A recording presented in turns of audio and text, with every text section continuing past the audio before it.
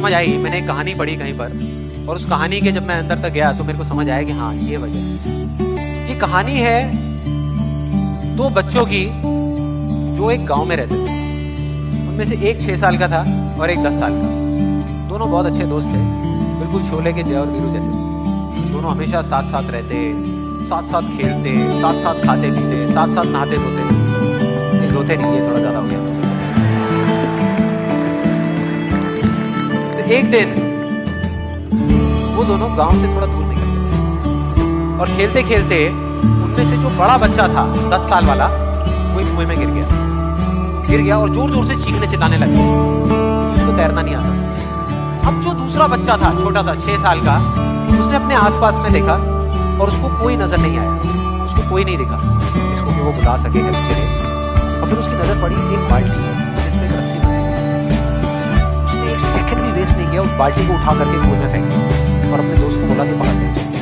उसके दोस्त ने पकड़ा और वो अपनी पूरी ताकत लगा करके पागलों की तरह उसको खींचता रहा, अपनी पूरी जान लगा दी उसने। छोटे से बच्चे ने 6 साल के और 10 साल के बच्चे ने उस बाल्टी को पकड़ा हुआ था।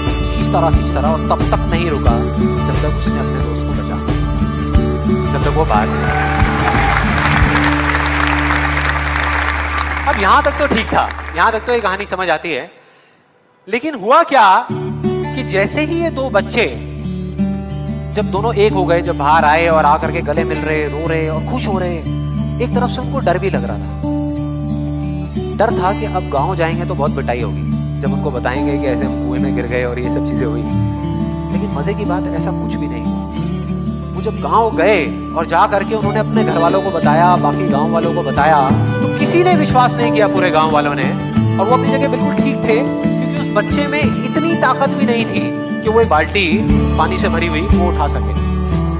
तो इतने बड़े बच्चे को इतनी ऊपर खींचना तो बहुत दूर की बात है। लेकिन एक आदमी था उस गांव में, उसने विश्वास कर लिया। वो सब रहीम चाचा कहते थे, उस गांव के सबसे समझदार बुजुर्गों में से एक। और सबको लगा कि यार ये कभी झूठ नहीं बोलते, अगर ये कह रहे हैं तो जरूर कोई ना कोई बात होगी, कोई ना कोई वजह होगी जिस वजह से ऐसा कह रहे हैं। और फिर सारे गांव वाले इकट्ठे होकर के उनके पास में गए और जाकर के बोले कि देखो कि हमें तो कुछ समझ आ नहीं रहा, आप ही बता दो कि ऐसा कैसे हो सकता है।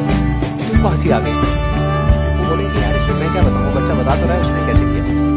बाल्टी को उठा करके कुएं में फेंका, उसके दोस्त ने बाल्टी को पकड़ा, उसने रस्सी को खींचा और अपने दोस्त को बचा लिया।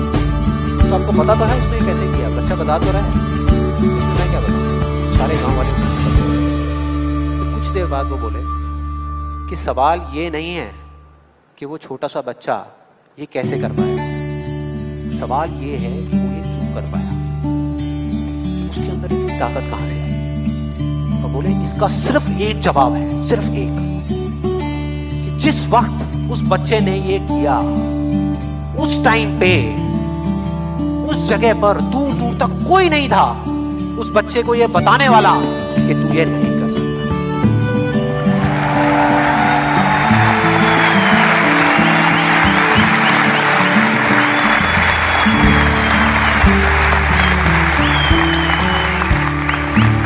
बोले कोई नहीं था, कोई नहीं, यहां तक कि वो खुद भी नहीं।